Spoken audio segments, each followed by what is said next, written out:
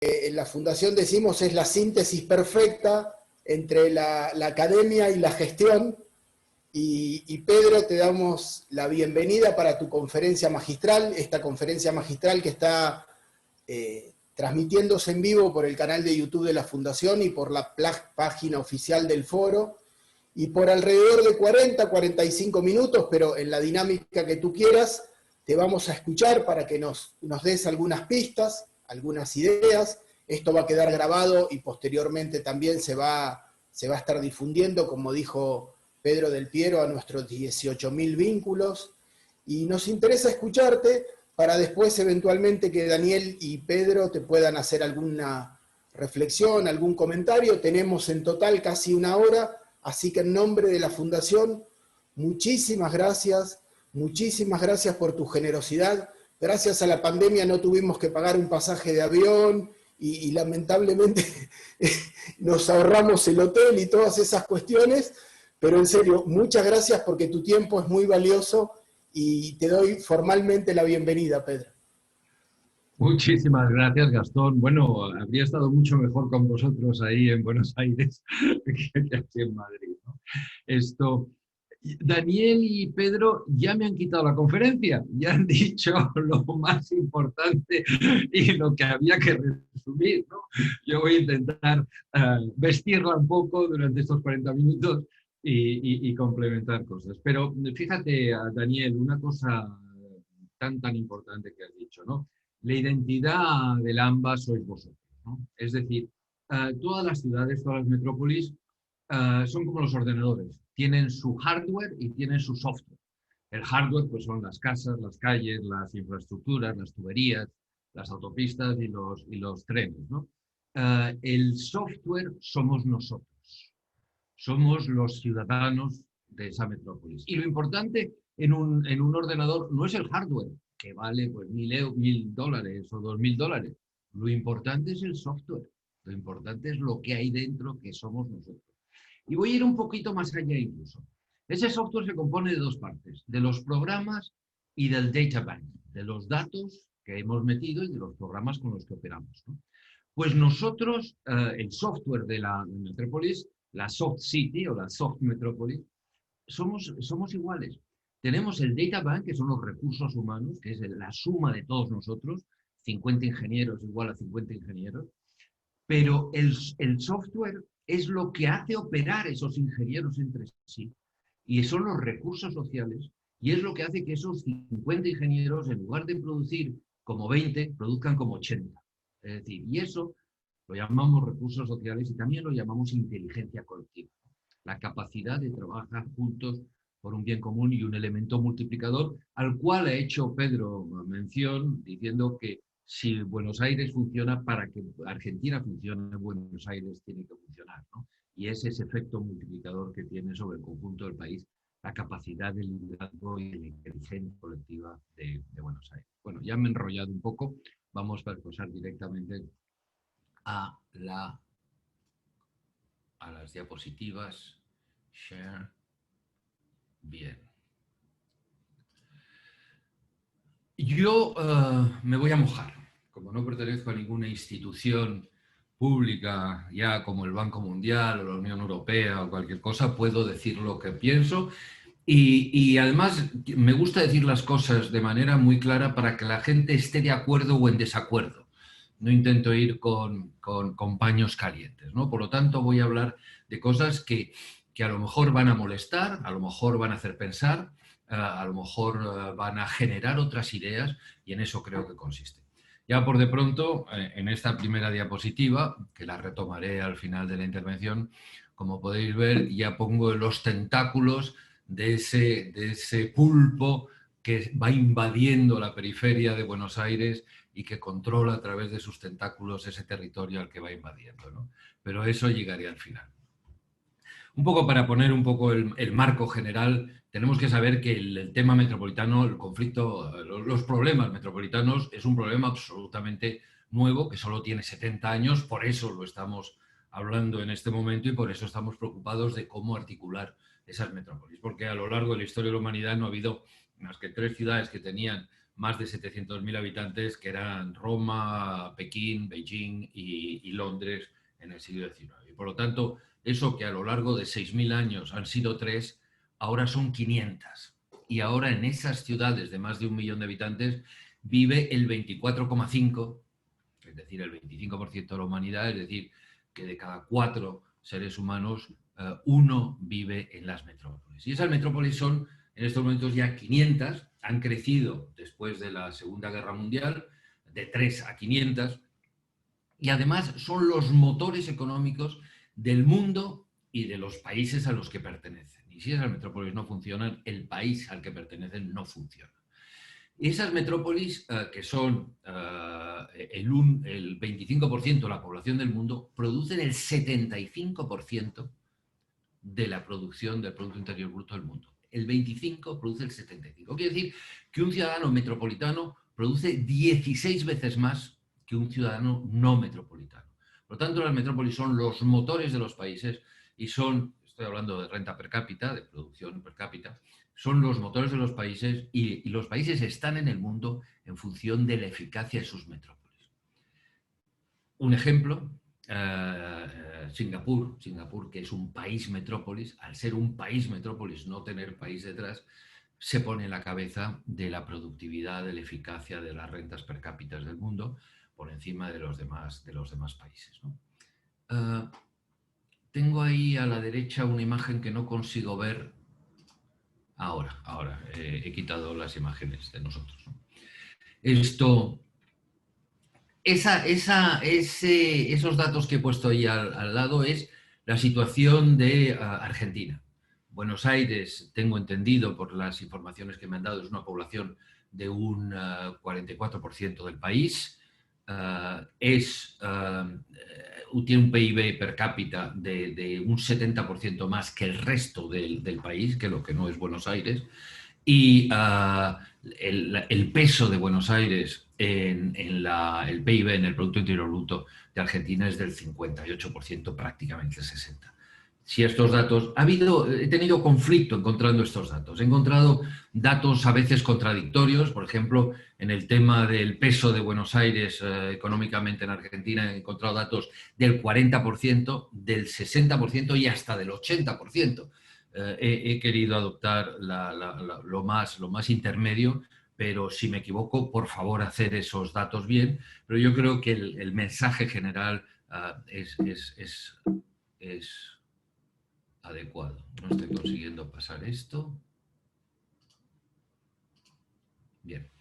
Y como veis, esa enorme eficacia de las metrópolis que comentaba antes, se ven en que son esos países metropolitanos, que verdaderamente es una ciudad-estado o una metrópolis-estado, como antes he dicho Singapur, los que tienen una mayor capacidad de riqueza personal, de renta per cápita, y están en los primeros números del mundo.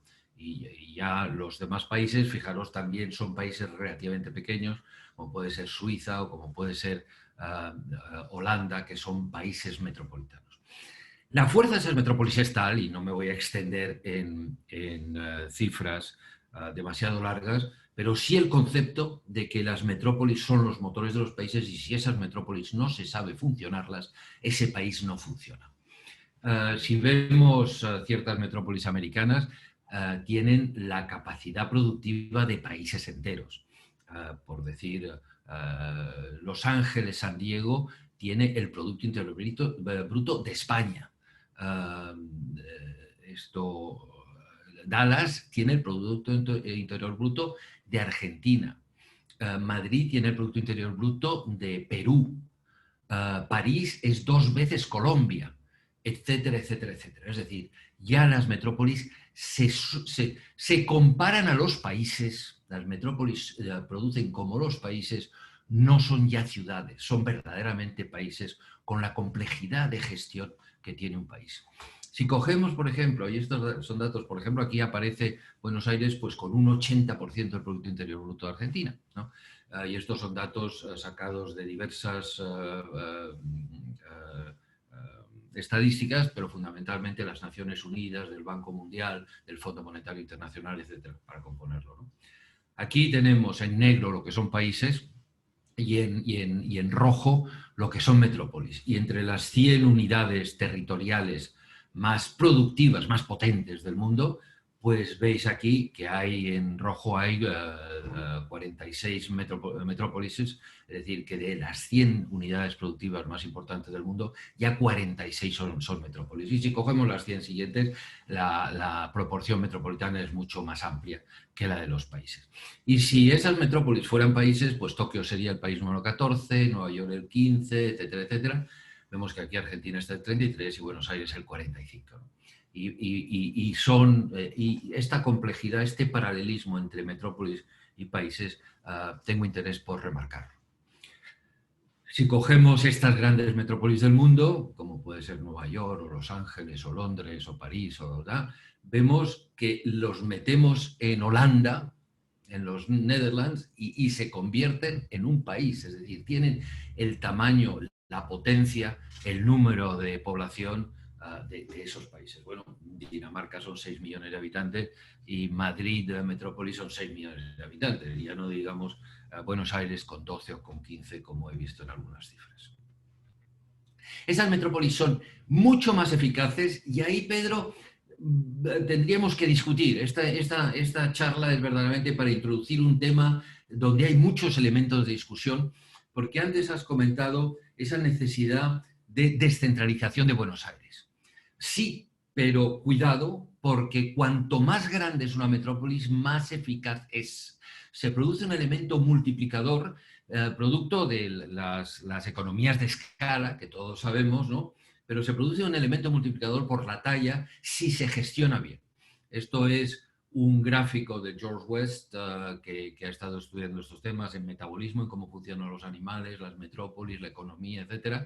Y vemos que cuanto más grande es la metrópolis, más eficaz es, porque esa pendiente no es de 45 grados, es una pendiente que tiene una pendiente inferior a 45 grados. Es decir, que cuando uno multiplica el tamaño por 2, esto no multiplica por 2 el gasto de producción, sino que lo reduce en una cantidad. Quiere decir que esa capacidad de eficacia se puede aplicar a otros segmentos de la economía y multiplica tu capacidad de producción en última instancia. No es solo en eficacia, es en todos los problemas, como vemos aquí, es la creatividad, las patentes, es los ingresos, es la criminalidad, etc. Hay un elemento multiplicador de eficacia o de incremento. Todo esto, evidentemente, si se sabe gestionar, porque si en lugar de tener 2 millones de habitantes tienes 4, pero con 4 millones se te colapsa la metrópolis, evidentemente es un efecto negativo de ese incremento de tamaño. Pero si uno sabe gestionar verdaderamente esa metrópolis, esa duplicación del tamaño, y luego voy a hacer un matiz en eso, esa duplicación del tamaño te da, y la cifra Geoffrey West la analiza, te da un 15% más de eficacia. Es decir, que si tú estás produciendo 100 y duplicas el tamaño, no produces 200, sino que produces 230. Hay un elemento multiplicador de eficacia si sabes gestionarlo, porque si no, hay un momento que llegas a la congestión y al final al colapso, como lo vemos en nuestros tráficos, ¿no? Tú vas metiendo vehículos, camiones y coches en un sistema viario y vas incrementando la eficacia de la economía porque cada vez hay más actividad en ese sistema viario. Pero si no sabes gestionar ese sistema viario, evidentemente vas a llegar a un momento en la congestión, en donde meter un coche más reduce la velocidad de todos los demás y por lo tanto convierte al conjunto menos eficaz, y llega un momento que sigues metiendo coches y que termina en un gridlock, en un colapso completo. Y eso es porque no se sabe gestionar y todo eso sí tiene soluciones de gestión. Ese 15% que acabo de comentar, analizado en las economías de escala metropolitanas y urbanas por la Universidad de Phoenix, esto por Geoffrey West, esto es muy fácil de comprender. No hace falta que si somos 2 millones invitemos a otros 2 millones para que vivan con nosotros. No es eso. Lo que consiste es en que esos 2 millones estén adecuadamente conectados para que formen un mercado común, tanto laboral como de demanda y de producción. Y poniendo un ejemplo muy simple, pues imaginaros una metrópolis donde hay ocho ciudades de 100.000 que producen 100.000 habitantes que producen 100 cada una, pues si uno empieza a conectarlas a través de los transportes, de tal manera que en lugar de ser 8 unidades aisladas, se convierten en una sola unidad de integración económica y social, como decía Daniel antes, pues se llega a multiplicar la eficacia de ese sistema en un 62%, ¿no? Y esto, uno de vuestros colaboradores y gran cerebro y profesional, Gabriel Lanfranchi, que hizo con el Banco Interamericano un libro, editó un libro, y estos son datos que están en ese libro, esto donde participamos muchos profesionales. Veis a la izquierda el número de estaciones de servicio de gasolineras que hay en 4 países europeos, Francia, Alemania, Holanda y España, en función del tamaño de las ciudades. Y veis, como decía antes, que la pendiente es más baja que el 45 grados y, consecuentemente, quiere decir que cuanto más grande es la ciudad, menos estaciones necesitas por habitante, y ese esfuerzo, ese trabajo, esos trabajadores operarios y ese capital invertido en esa estación de servicios lo utilices para otra cosa que te multiplica tu capacidad de eficacia. Pero también a la derecha está un análisis hecho por la OCDE. Ves que también aumenta la eficacia si reduces el número de administraciones.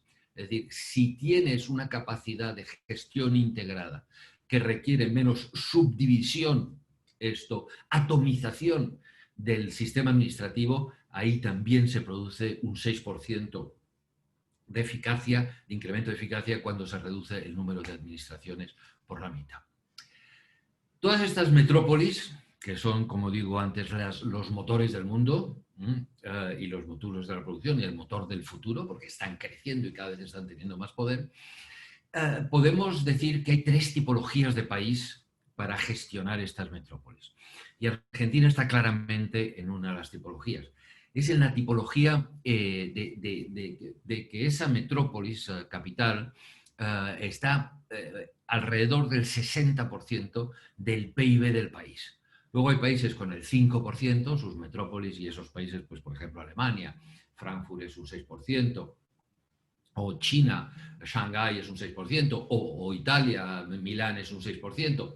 Esos países donde las metrópolis tienen un 5 o 6%, no es difícil políticamente que esa metrópolis tenga la capacidad de autogobierno suficiente para coordinarse y para organizarse, porque esas metrópolis nunca van a ser un peligro para la presidencia nacional, para el gobierno nacional, puesto que su peso está limitado a un 6%. Pero, sin embargo, en el otro punto, como en el que estáis vosotros, si en Egipto el Cairo es un 66% o en Filipinas es un 70%, evidentemente nunca un presidente nacional va a querer que esa metrópolis tenga un poder político que la gestione de manera unitaria, porque ese poder político, ese alcalde metropolitano que está gestionando en Manila el 70% del Producto Interior Bruto de Filipinas, al día siguiente le dice al presidente nacional: vete a casa, porque el que verdaderamente está gestionando este país soy yo, que gestiono el 70% del Producto Interior Bruto de este país. Por lo tanto, en esos países donde la metrópolis tiene un peso tan radical, es muy difícil que se pueda producir una solución de gestión administrativa y consecuentemente política que pueda darle a esa metrópolis un peso sustancial que desequilibre el poder del gobierno central en cuanto a gestión política del país, ¿no? Sin embargo, en los países donde tenemos una situación intermedia, Francia, Inglaterra, España, París es un 25%, Londres es un 30%, Madrid es un 20% del PIB del país. Ahí hay otras soluciones más híbridas que sería ideal que pudieran tener una unidad, digamos, de gobierno fuerte, pero hay diversas soluciones. Si bien comentaré que tanto Madrid como Berlín, Hamburgo y Bremen, porque Alemania es un estado federal y España es un estado cuasi federal porque las comunidades tienen un enorme poder y no me voy a extender en ese tema. En esos países sí es posible que la metrópolis tenga una unidad de gestión que la haga eficaz, porque el sistema federal sí te permite poder hacer esas unidades y vosotros no estáis. Por lo tanto, hay que darle un pensamiento a Argentina, esa capacidad de federalización y de, por lo tanto, tener un gobierno que homogeneice y que unifique la gestión de las metrópolis, que, como hemos visto antes, es esencial para la eficacia de las metrópolis. Una metrópolis tiene que gestionar todos los elementos que integran su gobierno para poder ser eficaz, en lugar de tener esa disparidad, esa poliarquía que antes ha dicho Daniel, ¿no? Que es la que dispersa esa capacidad de gestión, ¿no? Por lo tanto, Madrid con su área metropolitana, que es la Comunidad de Madrid de 7 millones de habitantes, verdaderamente como un estado cuasi federal, haciendo las leyes, haciendo el plan regional y controlando a cada uno de los municipios en una visión integral, ha sido capaz de organizar eso. En estas circunstancias, como veis, Argentina, Buenos Aires, una producción del 44, un PIB de más del 70%. Antes he comentado París, más de un 25% que el resto de Francia, Londres más de un 33%, Madrid más de un 20%. Y Buenos Aires, por los datos que tengo, es un 70% más productivo que el resto de Argentina. Bien, antes estaba diciendo que las metrópolis tenemos que identificarlas más con cómo se gestiona un país que cómo se gestiona una ciudad. ¿Por qué? Porque las ciudades tienen un sistema jerárquico que hemos heredado nosotros de los romanos y que lo llevamos a Latinoamérica. Es decir, las ciudades romanas ya tenían su prefecto que controlaba esa ciudad en un sistema jerárquico de pirámide o orbital, ¿no? Donde el alcalde está en el centro, alrededor están los tenientes de alcalde y los concejales, están los jefes de departamento, están los jefes de servicio, está la población. Y, sin embargo, en una metrópolis eso no tiene nada que ver, no se parecen nada. En una metrópolis cada uno de los municipios tiene sus competencias, la provincia tiene sus competencias, los diferentes, no sé cómo los llamáis, ministros de la provincia, secretarios sectoriales de la provincia, está el Estado Nacional también, que hace sus grandes hospitales, sus grandes trenes, sus grandes autopistas, sus grandes aeropuertos, y no digamos ya si tenemos una agencia de transportes, una agencia de medio ambiente y varias agencias, aparte del sector privado, que también tiene su peso, tanto institucionalmente a través de las cámaras de comercio y las confederaciones empresariales, sino empresas que pueden tener un peso sustancial en dónde se colocan y cómo conforman la metrópolis. Todo eso hace que en una metrópolis nadie puede invadir las competencias del de al lado, no es una estructura jerárquica donde el alcalde puede dar una orden y los demás departamentos y servicios lo tienen que cumplir. Aquí cada uno tiene sus competencias en un sistema democrático y, consecuentemente, nadie puede invadir. Por lo tanto, son tantas mesas de diálogo como instituciones hay en una metrópolis, donde tienen esas instituciones que estar hablando con las demás para ponerse de acuerdo en aspectos parciales, y que esa discusión o esa conclusión, si es durante la discusión mejor que la conclusión, sea lo suficientemente transparente para que terceras instituciones sepan de qué se está decidiendo, por qué les afecta, y puedan a su vez tomar sus posiciones y decisiones complementando esa afección. Estoy hablando, por ejemplo, de si la compañía de gas y el municipio deciden abrir una calle porque van a meter unas nuevas tuberías, es bueno que los de la electricidad y los del agua sepan qué calle se va a abrir para ver si en ese momento es adecuado intervenir o no intervenir y hacer sus obras complementarias en esa calle que se va a abrir, por ejemplo. Pero estoy hablando de muchísimas más otras cosas. Por lo tanto, los dos sistemas son diametralmente diferentes. El uno es un sistema orbital o jerárquico y el otro es un sistema matricial donde todos tienen que hablar con todos de la manera más abierta para que pueda haber unas decisiones. Y eso no solo afecta, como he puesto aquí, cómo se producen los diálogos dentro de esas estructuras. En la estructura urbana estamos permanentemente hablando del top-down, el bottom-up, cómo el alcalde tiene que comunicar con sus ciudadanos y sus ciudadanos con el alcalde, y el alcalde les tiene que escuchar.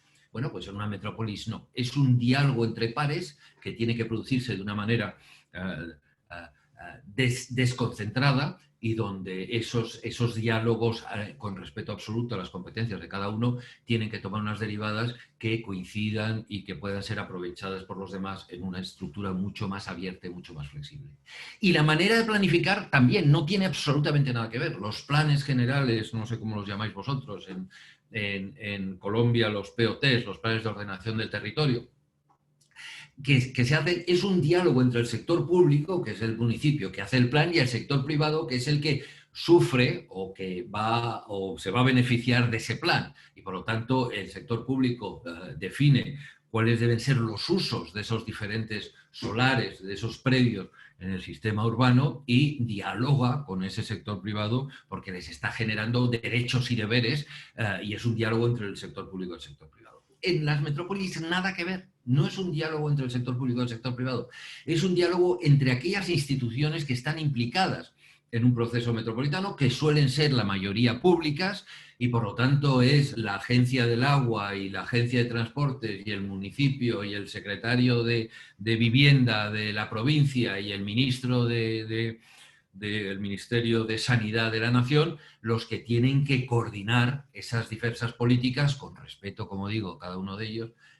Y automáticamente ya no es un plan general donde se define cada uno, donde se regula ese uso del suelo, lo que es el resultado del plan general. No, ya es un sistema de planificación que no tiene nada que ver, estratégico y estructural, que no tenemos tiempo para meternos en estos temas, pero en donde lo estratégico, lo que se plantea, cuál es la ambición de esa metrópolis a largo plazo en una estructura mundial. Como hemos visto antes, las metrópolis son las que hacen la economía y en el futuro la política del mundo, y cuál es su posición en esa estructura mundial, y después qué tiene que hacer para alcanzar esa posición, esa ambición, esa posición estratégica. Y después esos planes no tienen nada que ver, no son reguladores del suelo, no tienen el último determinación como los planes municipales, y no requieren tampoco el nivel de aprobación que requiere un plan municipal, porque se convierte en ley y está dando y quitando derechos a los usos del suelo. En el sistema metropolitano no tiene nada que ver. Por lo tanto, mi mensaje es que cuando un gusano tiene 1,5 metros de largo, ya no es un gusano, es una serpiente.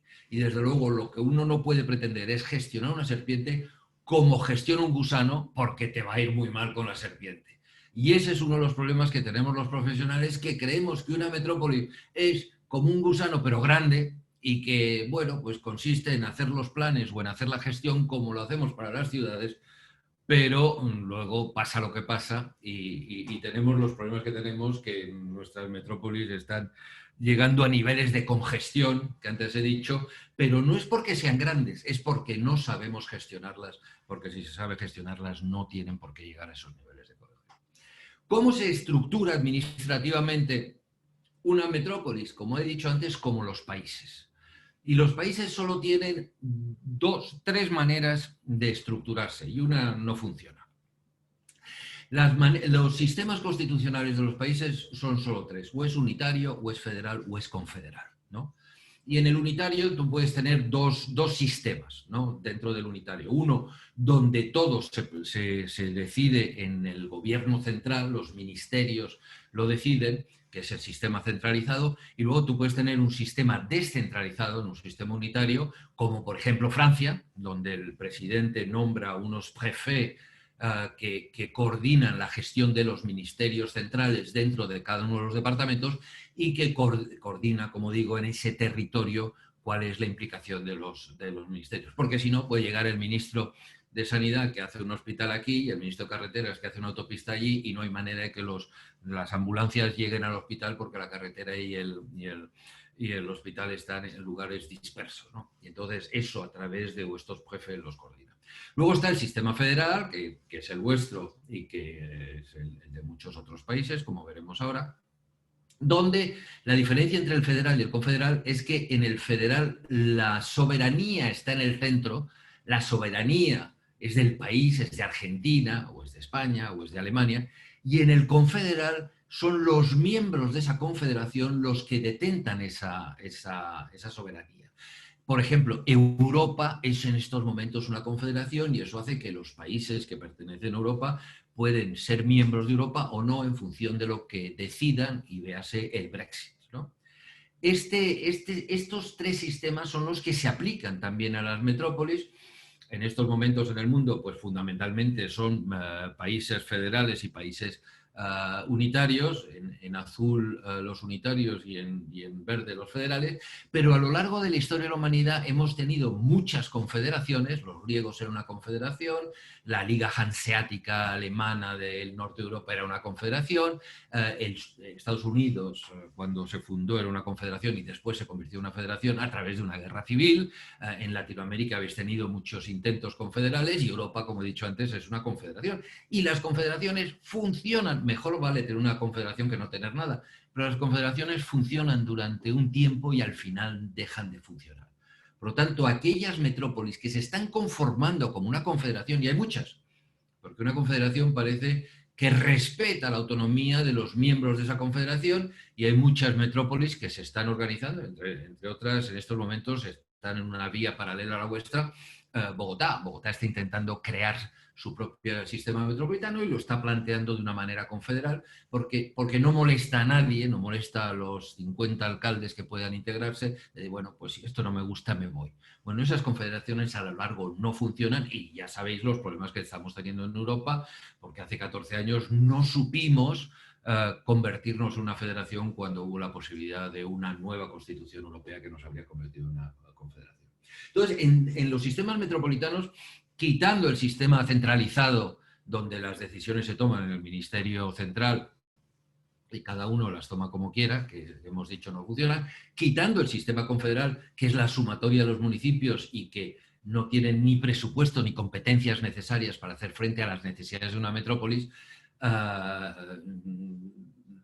y luego entro en esos presupuestos y en esas competencias. Los dos sistemas que verdaderamente pueden funcionar por una metrópolis es un sistema unitario descentralizado, es decir, donde el presidente de la nación nombra, digamos, como a un ministro metropolitano, y hay varios casos de este tipo en el mundo. Por ejemplo, en Uganda está el ministro de Kampala, de la capital, que lo que hace es coordinar a los demás ministerios en las inversiones que se hacen en la capital, o un sistema federal donde verdaderamente esa metrópolis se convierte en un estado más del sistema federal, que me parece que es lo que habéis propuesto antes al proponer la región metropolitana. Me ha dado la impresión de que era por ese camino, que es lo que pasa, por ejemplo, en Alemania, donde Berlín o Bremen o Hamburgo son estados. Son estados dentro de los diversos estados, donde puede estar Baviera, donde pueden estar Westfalia, etcétera, etcétera. Es un estado y tiene la capacidad de aplicar las competencias que se le dan a los estados dentro de una estructura metropolitana que es totalmente diferente. Y la diferencia entre un estado descentralizado unitario y un sistema federal, pues normalmente suele estar alrededor de un 30% del peso de esa metrópolis en el país, pero evidentemente esto no se aplica a vosotros, puesto que Buenos Aires supere ese 30%, pero sin embargo sois un sistema federal. Hay que estudiarlo y esta charla no es más que una primera presentación de los temas tal y como se plantea. Lo mejor verdaderamente es que la metrópoli se convierta en un estado federal en sí mismo. Pero como muchos países no lo permiten, pues como paso intermedio es que sea el presidente nacional el que nombre a un gestor metropolitano, un coordinador metropolitano en las políticas nacionales, y cuando eso lleva un cierto tiempo funcionando, al final la propia población de la metrópolis dirá, bueno, ¿y por qué no lo elegimos nosotros en lugar de que lo nombre el presidente? Por lo tanto, es un paso intermedio yendo hacia la responsabilidad. La diferencia es que en un caso esa persona nombrada por el presidente, su responsabilidad, su accountability, está el presidente, y en el otro caso, como ha sido elegido por los ciudadanos, su accountability está hacia los ciudadanos. Y no cabe duda que es mejor esa democracia de primera instancia que de segunda. Esto es una diapositiva que les presentaba en Bogotá hace pocos días, porque dentro de un sistema confederal, es decir, que la metrópoli sea la sumatoria de los municipios, puede haber, sin embargo, una sutileza, que es que esa sumatoria, ese consejo metropolitano, se esté conformado por los alcaldes de los diferentes municipios, y entonces es una democracia indirecta, porque primero han elegido a los alcaldes y los alcaldes se constituyen en ese consejo, O bien puede haber una democracia directa, es decir, que los ciudadanos en los municipios elijan a ese conjunto de representantes que van a formar parte de esa integración metropolitana, y esos representantes normalmente estarán menos vinculados a los intereses directos de ese municipio y no tendrán un conflicto de intereses en qué es mejor para la metrópolis, pero es peor para mi municipio, yo no lo apoyo aunque sea bueno para la metrópolis, porque como soy el alcalde de mi municipio no estoy pensando fundamentalmente en mis electores, aquellos que me han puesto aquí y a los que estoy representando. Y ese problema de esa duplicación confederal la tenemos en Europa, porque la Comisión Europea, que es la parte ejecutiva de Europa, es la sumatoria de los representantes de los países mandados por los gobiernos, y sin embargo el Parlamento Europeo es el conjunto de los representantes nombrados por la población. Os lo planteo porque esto se aplica también al área metropolitana, a las áreas metropolitanas, y tenéis que tener abiertas esas posibilidades de representación.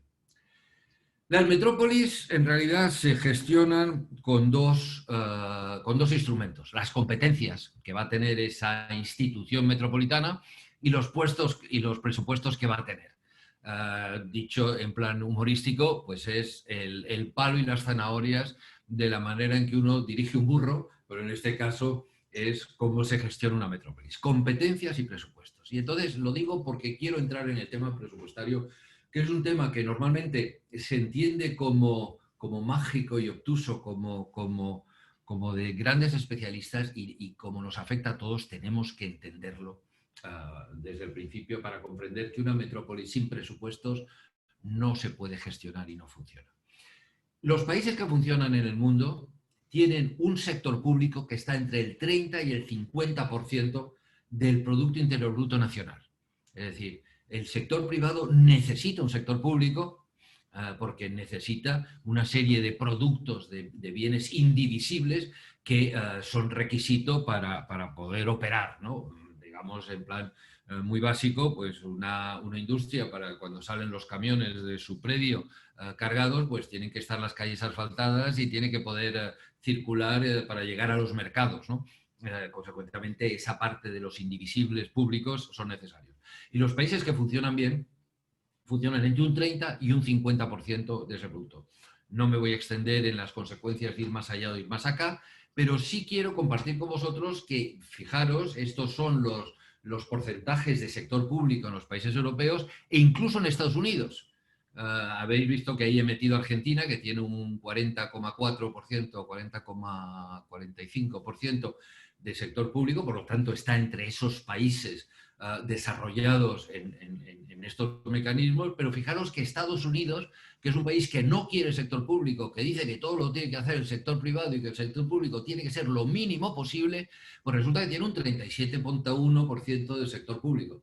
Y luego hay otros países que evidentemente no funcionan, y estoy pensando en Guatemala o estoy pensando en la India, donde el sector público es un 10% y verdaderamente no tienen capacidad de ese sector público responder a las necesidades del sector privado, y por lo tanto ese sector privado no se puede desarrollar, ese país no podrá nunca estar desarrollado con esos niveles de participación del sector público. Y dentro de ese sector público, que como veis Francia ya se ha pasado, Bélgica, Francia, etcétera, se han pasado, y por eso Macron está intentando políticamente restringir ese sector público y está teniendo los problemas que tiene con la confrontación con las chaquetas amarillas, etcétera, ¿no?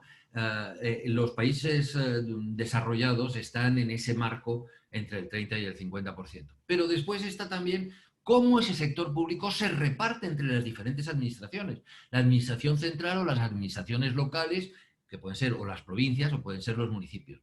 Y en Estados Unidos, de nuevo, donde no quieren sector público, el 20% es del Estado federal y el 17% del PIB nacional lo dirigen los estados y lo tienen los municipios.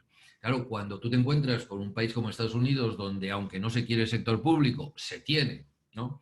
Pues resulta que un ayuntamiento, que un estado y un ayuntamiento en Estados Unidos per cápita tiene al año $10.000 y puede hacer todo lo que la sociedad necesita, cuando un municipio en Guatemala pues tiene $41 y no estamos hablando de la diferencia de rentas entre $4.000 de renta en Guatemala y 60.000, porque eso no es más que 15 veces más. Estamos hablando entre $40, $41 y $10.000, que son 60 veces más. Es decir, hay una descompensación que hace imposible la gestión. Argentina está en una buena posición. Argentina con su 40% está en una posición muy razonable. Pero después está lo que acabo de decir, el reparto entre las diferentes administraciones. Y de nuevo Argentina está en una posición muy razonable en ese caso. La nación está gestionando el 50% de esos presupuestos públicos, las provincias gestionan el 41%, los municipios el 8,5%. Pero sin embargo aquí sí quiero poner en evidencia que verdaderamente los que tienen el dinero de gestionar la metrópolis no son los ayuntamientos. Yo no sé si el de Buenos Aires, municipio, tiene más dinero que otros municipios en Argentina, pero con el 10%, con el 8,5% de los presupuestos públicos, tú no puedes gestionar una metrópolis. Las metrópolis que están gestionadas como una agregación de municipios no tienen capacidad ni competencial, porque los municipios tienen unas competencias muy reducidas solo para hacer frente a sus necesidades administrativas municipales, ni tienen capacidad de hacer un tren, un aeropuerto, unas autopistas, etcétera, ni tienen la capacidad presupuestaria, como vemos aquí, de un 10% frente a los que verdaderamente tienen el dinero, son las provincias y la nación. Por lo tanto, hay que implicar a las provincias y a la nación en la gestión de esa metrópolis, de la cual se deriva la posición del país en el mundo. Por lo tanto, Pedro, antes lo estabas comentando, no es solo implicar a la provincia y a los municipios en esa gestión, también a la nación, porque depende de si Buenos Aires funciona, Argentina funcionará, y si Buenos Aires no funciona, Argentina no funcionará. No me meto en todas las derivadas que hay en esta diapositiva, pero si tenéis interés por profundizar en este tema financiero, ponéis Pedro B. Ortiz Metropolitan Finance en Google y os va a salir un sitio donde os podéis descargar un par de informes sobre estos temas.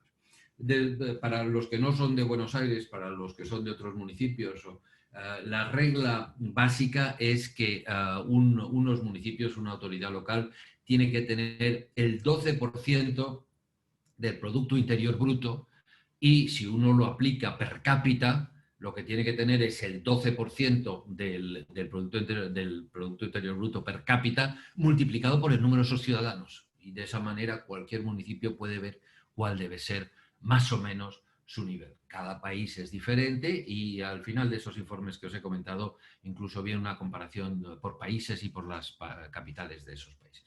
Quiero terminar y ya habiendo hablado de la gobernanza, de cómo se articula un gobierno metropolitano y cómo se articulan unos presupuestos metropolitanos, simplemente ya como una pincelada, porque no vamos a profundizar en ello, cómo se articula un sistema físico metropolitano. En el 2001 se podía haber hecho antes, porque el Plan Metropolitano de Madrid, ya en el 1996 todo esto lo aproximaba y lo debatía, ¿no? Pero en el 2001 el Banco Mundial, UN Habitat, etcétera, le encargan a un profesional canadiense que se llama Edward Lehman, que marque cuáles son las tipologías metropolitanas que existen en el mundo y cómo se tienen que operar, ¿no? Y él plantea pues, que hay 4 tipologías: la monocéntrica, la de expansión, la sprawl, la multipolar a lo largo de esos ejes de transportes, esos dedos que se producen en la de sprawl y esos dedos que se producen en la multipolar se producen a lo largo de las infraestructuras de transportes, que es lo que reduce el tiempo de acceso al centro, ¿no? Y la policéntrica. De estas 4 estructuras, que él las puso de manera similar, ¿no? Porque las 4 existen, la que verdaderamente funciona es la policéntrica. Y antes Daniel, has comentado la poliarquía, ¿no? La poliarquía, como he dicho antes, es mala porque un exceso de administraciones al final no se ponen de acuerdo y no saben gestionar un conjunto, ¿no? Pero el policentrismo es absolutamente necesario en un sistema metropolitano. La conurbación, la monocéntrica, genera aros de cebolla que van engrosando, que van echando el medio ambiente más lejos, más inaccesible, crea un solo centro, ese centro se congestiona porque todo el mundo tiene que ir a ese centro.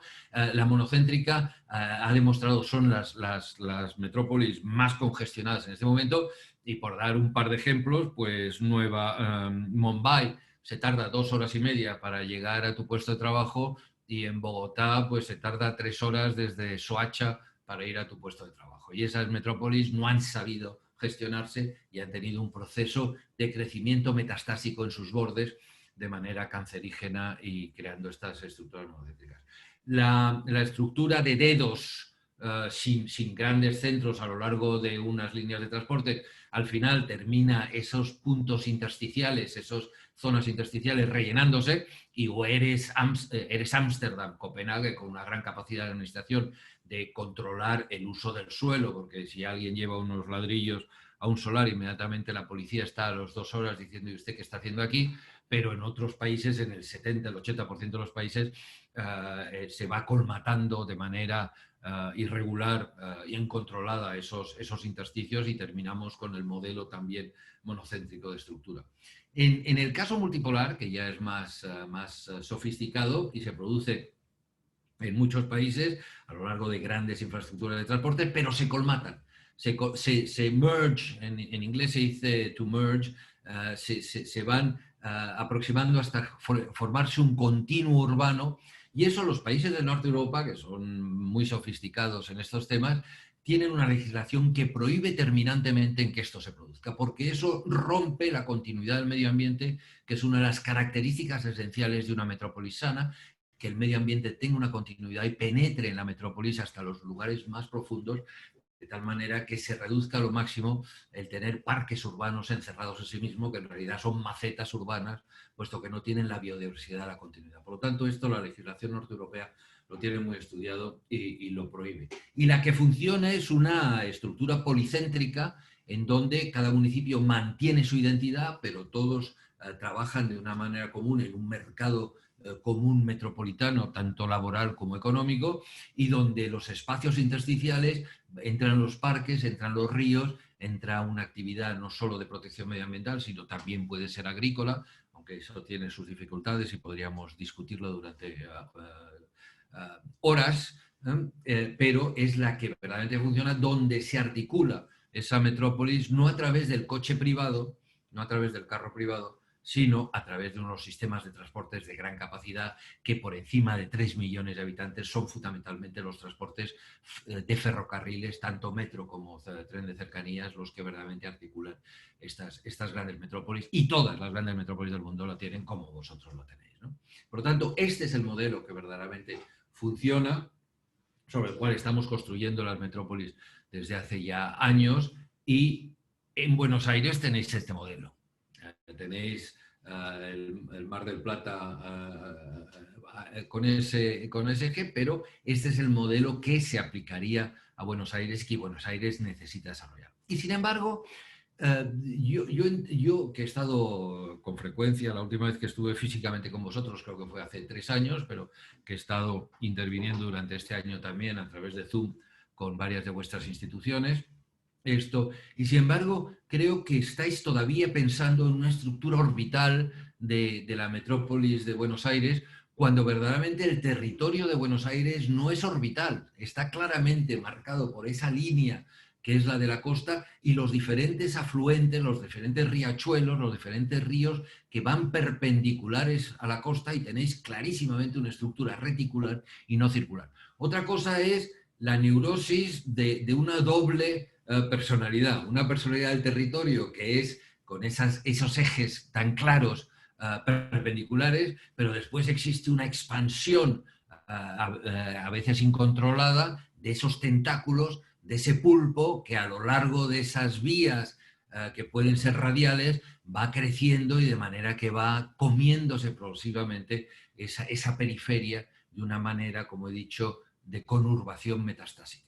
Y también es que no solo es la naturaleza la que tiene en Buenos Aires una estructura clarísimamente reticular de un eje con otros ejes paralelos, es que vuestra propia estructura administrativa, la que habéis heredado, como veis, tiene esos 2 ejes, que es el de la costa y las líneas, las las líneas derivadas, las diferentes derivadas de gradiente que son perpendiculares a esa costa y las perpendiculares a esa costa que han conformado vuestra estructura administrativa.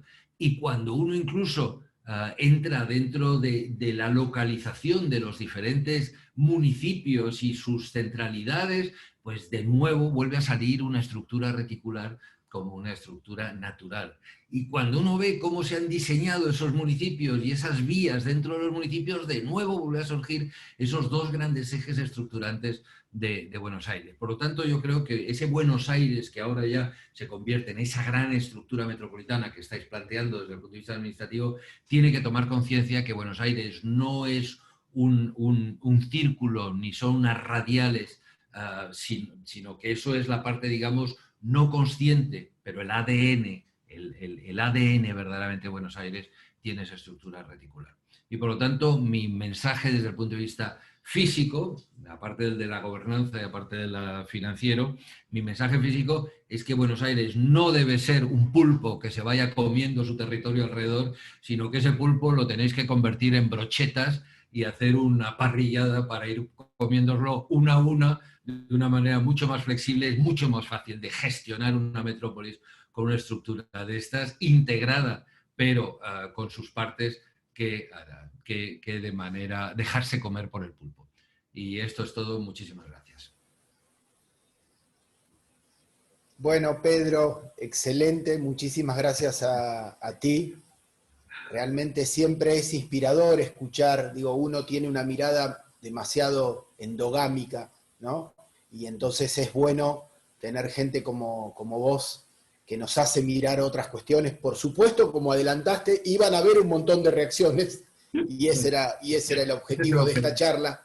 En general, todas muy satisfactorias, así que, digo, agradecido. Sabemos que era el espíritu con el que planificamos esta charla. Por supuesto, no podemos contestar todo lo que se pregunta porque se haría una hora más. Me parece... Gastón, sí. yo podéis dar mi email, no hay problema, y yo estaré encantado de contestar preguntas, comentarios, incluso acepto insultos.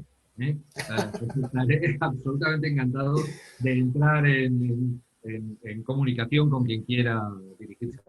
Bueno, entonces muy amable porque públicamente podemos asumir ese compromiso. Nosotros siempre sintetizamos, editamos algunas de las preguntas o comentarios y hacemos una consulta para después contestar, pero bueno, también directamente en todo caso podemos poner a disposición tu dirección de correo electrónico y espero que no te abarroten la casilla.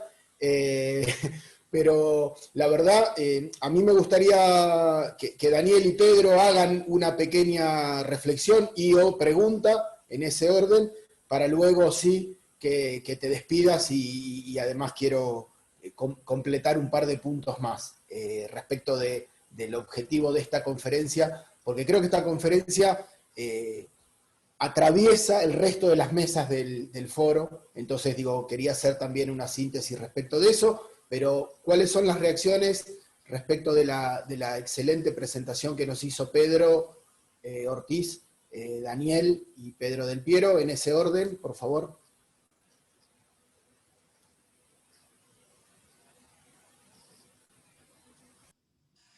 Bueno, muchas gracias, Pedro. La verdad que muy interesante. Lo único que no estoy muy de acuerdo es con el hecho de perderme la oportunidad de comer pulpo, sobre todo viniendo de donde tú estás. Porque la parrilla es bastante habitual acá, pero el pulpo es un manjar que nos estás haciendo perder un manjar. Pero bueno, vayan yendo al tema. Aquí tenemos una conformación asimétrica, y este es un problema, dado que tenemos por un lado una ciudad-estado, una ciudad-provincia, por un lado, y por otro lado la provincia con sus municipios. Esto ya genera un desequilibrio a tus estructuras de planteo que hace una diferencia, por un lado. Por otro lado, por ahí en eso mismo hay una pregunta, digamos, allí se genera que hay una ciudad-estado y un Estado con municipios. Una circunstancia que tal vez sería bueno que puedas hacer una mirada al respecto. Y por otro lado, analizando este último planteo final que vos hacías de la conurbación, las diferentes, el sprawl y el... En realidad, mi sensación es que tenemos una mezcla de todas esas alternativas en nuestra... Bueno, obviamente nacidos con una estructura muy fuerte de transporte. El área metropolitana tuvo un impacto muy fuerte del transporte ferroviario originariamente, que la conformó de una manera. En los años 90, sobre todo, se genera una red de autopistas que de vuelta la requete contra marcan de manera radial, generando entonces ahí ya una mezcla, siempre radial en esta estructuración. Los ríos, los ríos son pocos los ríos que son ríos, más bien son arroyos que se conforman pluvialmente, solamente tienen agua si llueve, con lo cual es una llanura que tiene excepto dos casos que están, el Riachuelo, por propiamente dicho, y el Luján con la Reconquista, que es una relación. En general, los otros ríos no son existentes, son diferencias del suelo que permite que la lluvia pase por allí, y en gran parte de estos entubados, directamente desaparecidos de la visión.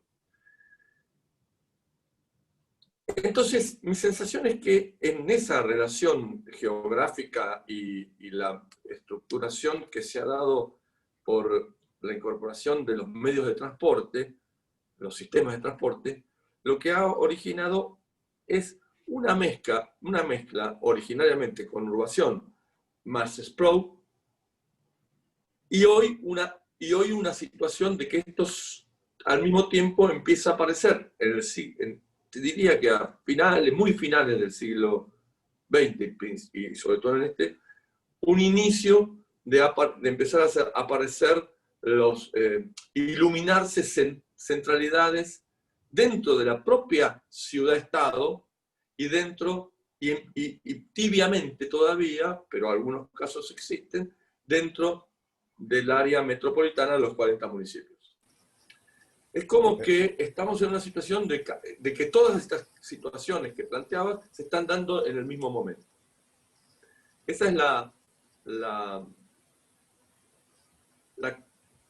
complicación. Con Pedro y con la Fundación hemos trabajado fuertemente en discutir con las autoridades la nueva, lo que se está construyendo, que es la nueva circunvalación a Buenos Aires, sin una estructuración de trabajo territorial. O sea, la última, la nueva, es como que se está haciendo de vuelta, como se hacía en el siglo pasado, sin estructurar los sistemas económicos, sociales y de uso de suelo correspondientes a la misma.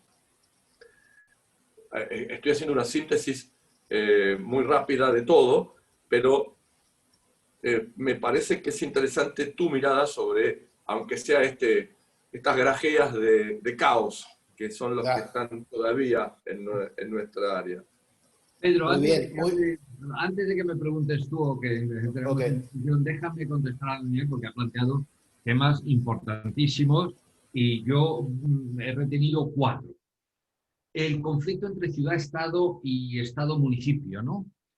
Lo mismo pasa en Bogotá.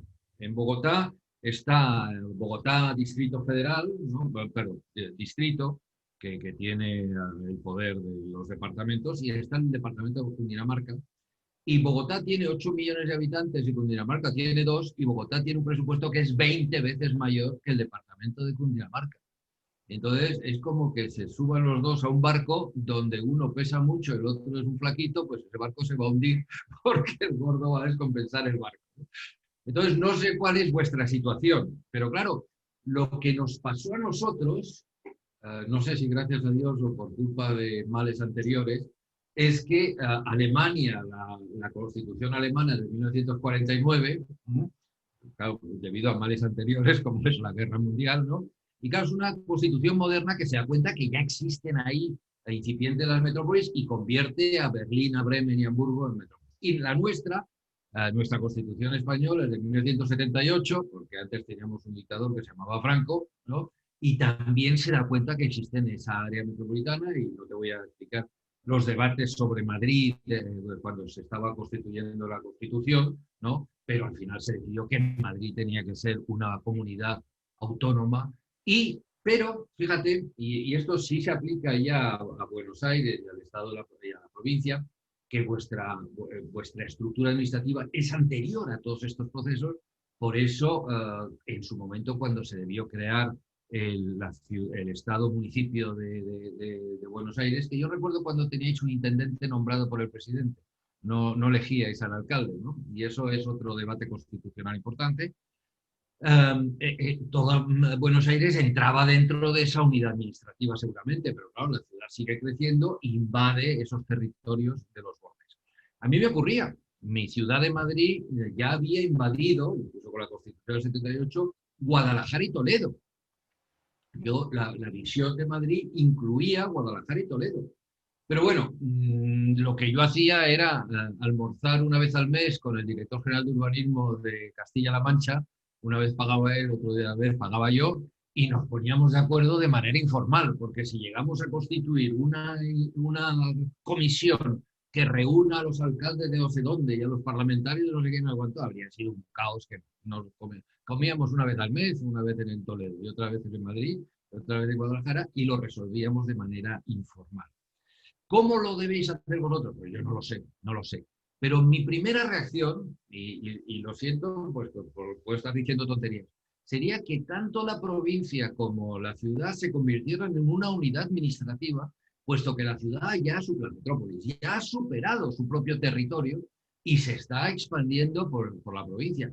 Pero empezar a tener dos administraciones que se tienen que sentar y que tener que acordar con intereses conflictivos, etcétera, más vale que eso tenga una estructura que combine a las dos, ¿no? Y no que sea simplemente unas comisiones de coordinación. Segundo tema que has planteado, esos riachuelos que no son verdaderamente ríos, ¿no? Sí, pero cuando llueve se inundan. Es decir, el hecho de que estén secos, pero que no se hayan tratado como vías de agua, y que el día que llueve de manera especial, pues terminan inundándose. Eso es como si habláramos en psicoanálisis, que no has comprendido tu subconsciente, que niegas que está tu subconsciente ahí, y claro, el día que viene un conflicto entre el consciente y el subconsciente, entre el id y el superego, pues al final terminas con una neurosis galopante y te tienen que tratar o con pastillas o que meter en un asilo, ¿no? Por lo tanto, yo creo que ahí Buenos Aires tiene que comprender esa estructura territorial que, aunque no sea tan aparente como puede ser en otras ciudades donde verdaderamente la topografía marca la estructura, aunque puede ser más flexible, pero está ahí, es el subconsciente de Buenos Aires. Entonces, ¿qué pasa? Que cuando un Estado está haciendo una autopista, lo que está pensando es en las largas distancias, no está pensando en la estructura metropolitana. Por eso un Estado hace autopistas radiales, porque se coge Córdoba, Santa Fe o lo que sea, y hace la línea más recta posible. Pero eso, en muchas ciudades, lo que estamos haciendo es que la autopista, cuando sale de la metrópolis, sí, tiene que tener su diagonal, ¿no? Pero cuando está dentro de la metrópolis, lo que estamos haciendo, le estamos dando prioridad a un sistema reticular, reconvirtiendo a esas autopistas no ya en una autopista de carácter nacional, sino en un paseo de carácter urbano, aprovechando su ancho, aprovechando sus posibilidades para reconvertirla no en una vía de rango nacional, sino en una vía de rango urbano por encima del metropolitano y estructurando reticularmente las vías metropolitanas. ¿Por qué? Y es otro de los puntos de los que has hablado, las centralidades. Porque sí, el ferrocarril sí tiene que tener sistema radial. El ferrocarril lo que está haciendo es beneficiar, priorizar el acceso al centro para que la gente no coja el coche. Lo llamáis carro vosotros, ¿no? Bueno, para que no lo coja para venir al centro de la ciudad, que tome el tren, ¿no? Por lo tanto, el tren sí tiene que ser radial, y de hecho históricamente lo es, porque todas salían de una estación central, etcétera, etcétera. Y eso hay que aprovecharlo al máximo. Y sobre ese tren se generan las centralidades a las que puedes llegar a su vez por tren.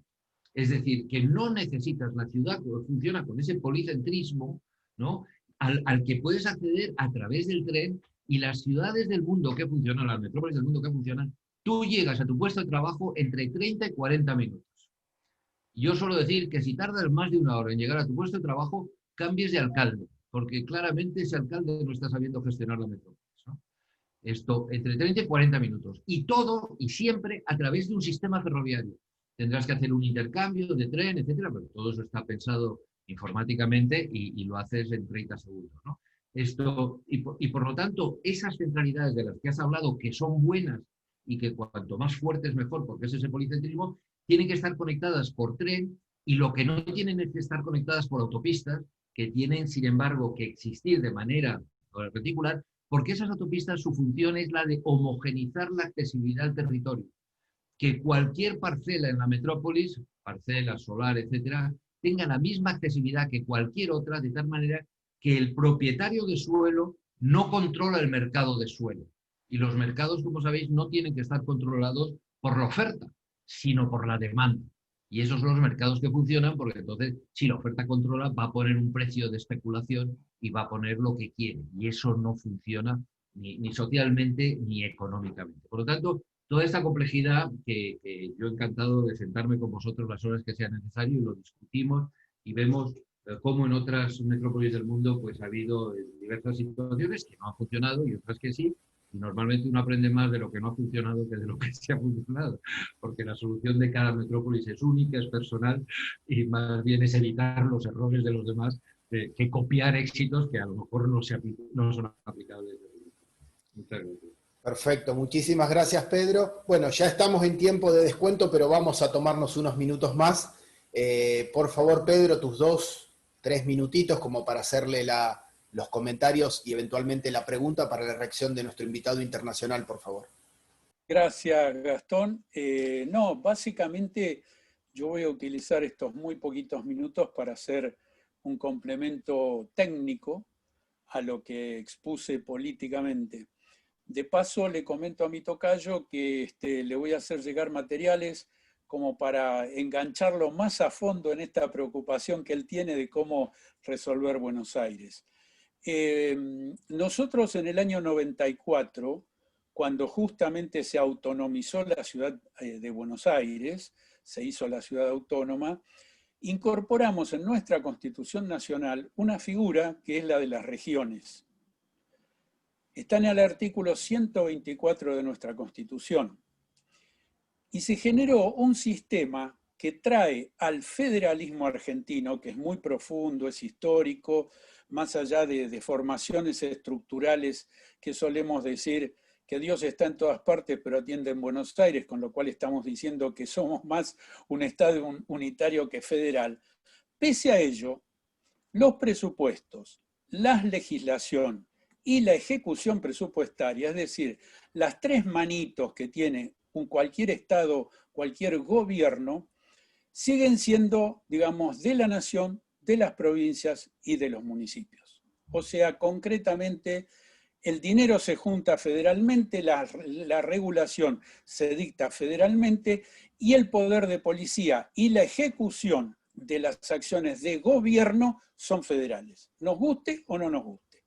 Ahí aparece la fragmentación institucional de la Buenos Aires metropolitana, que tenemos 4 niveles jurisdiccionales y además tenemos una extraordinaria complejidad por la metropolitanización. Bien, nosotros desde hace 20 años venimos trabajando, Pedro, le comento a nuestro Pedro Ortiz, venimos trabajando con una inquietud. ¿Cómo se pueden tomar decisiones para resolver los problemas metropolitanos? Ese fue y es nuestro trabajo. El mundo decisional. Concretamente, hay problemas, hay temas y problemas, nosotros los llamamos temas-problemas, de escala y complejidad metropolitana.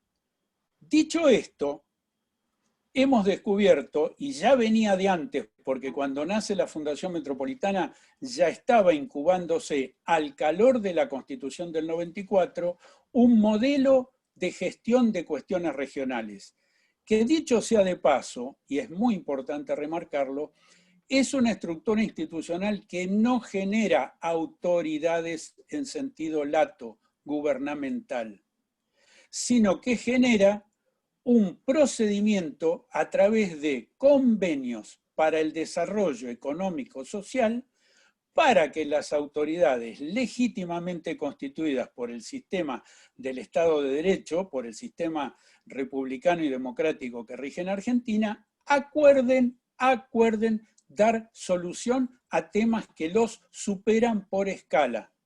En nuestro caso sería la escala metropolitana.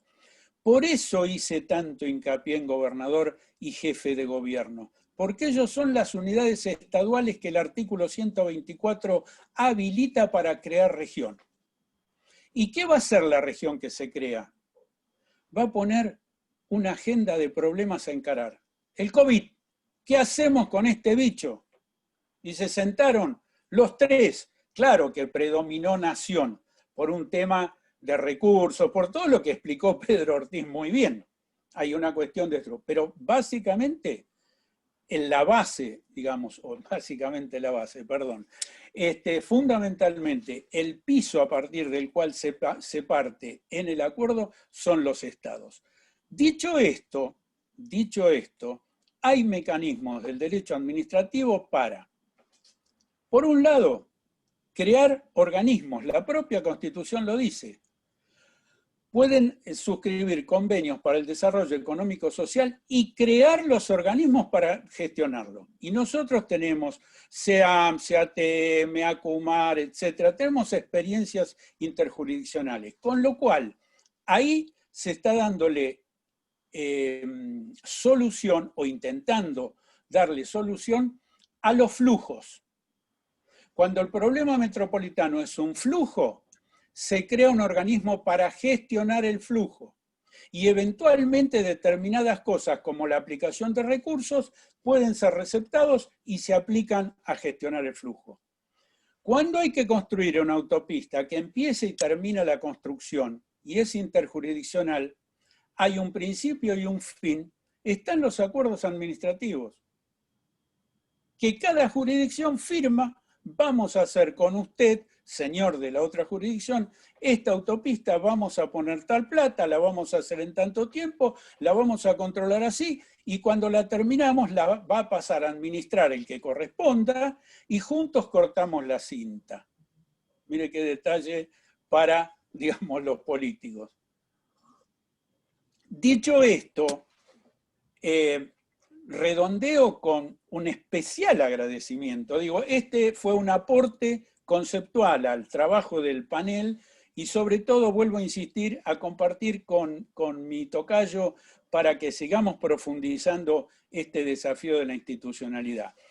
Todo lo que nos aportó hoy Pedro Ortiz es de un valor extraordinario para imaginar dos cosas.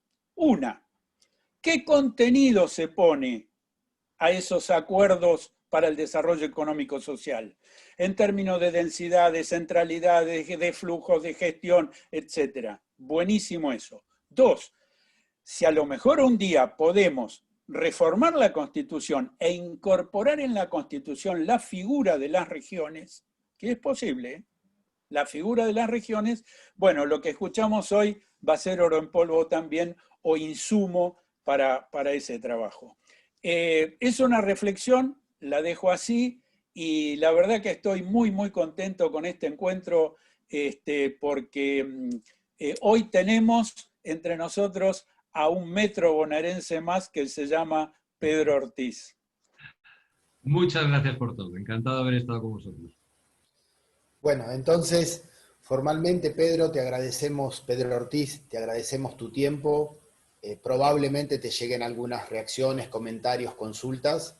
¿Sí? A todo el público que nos acompañó en esta sesión, muchas gracias por acompañarnos tanto por el canal de YouTube como por la página oficial del Foro Metropolitano. Nosotros nos reencontramos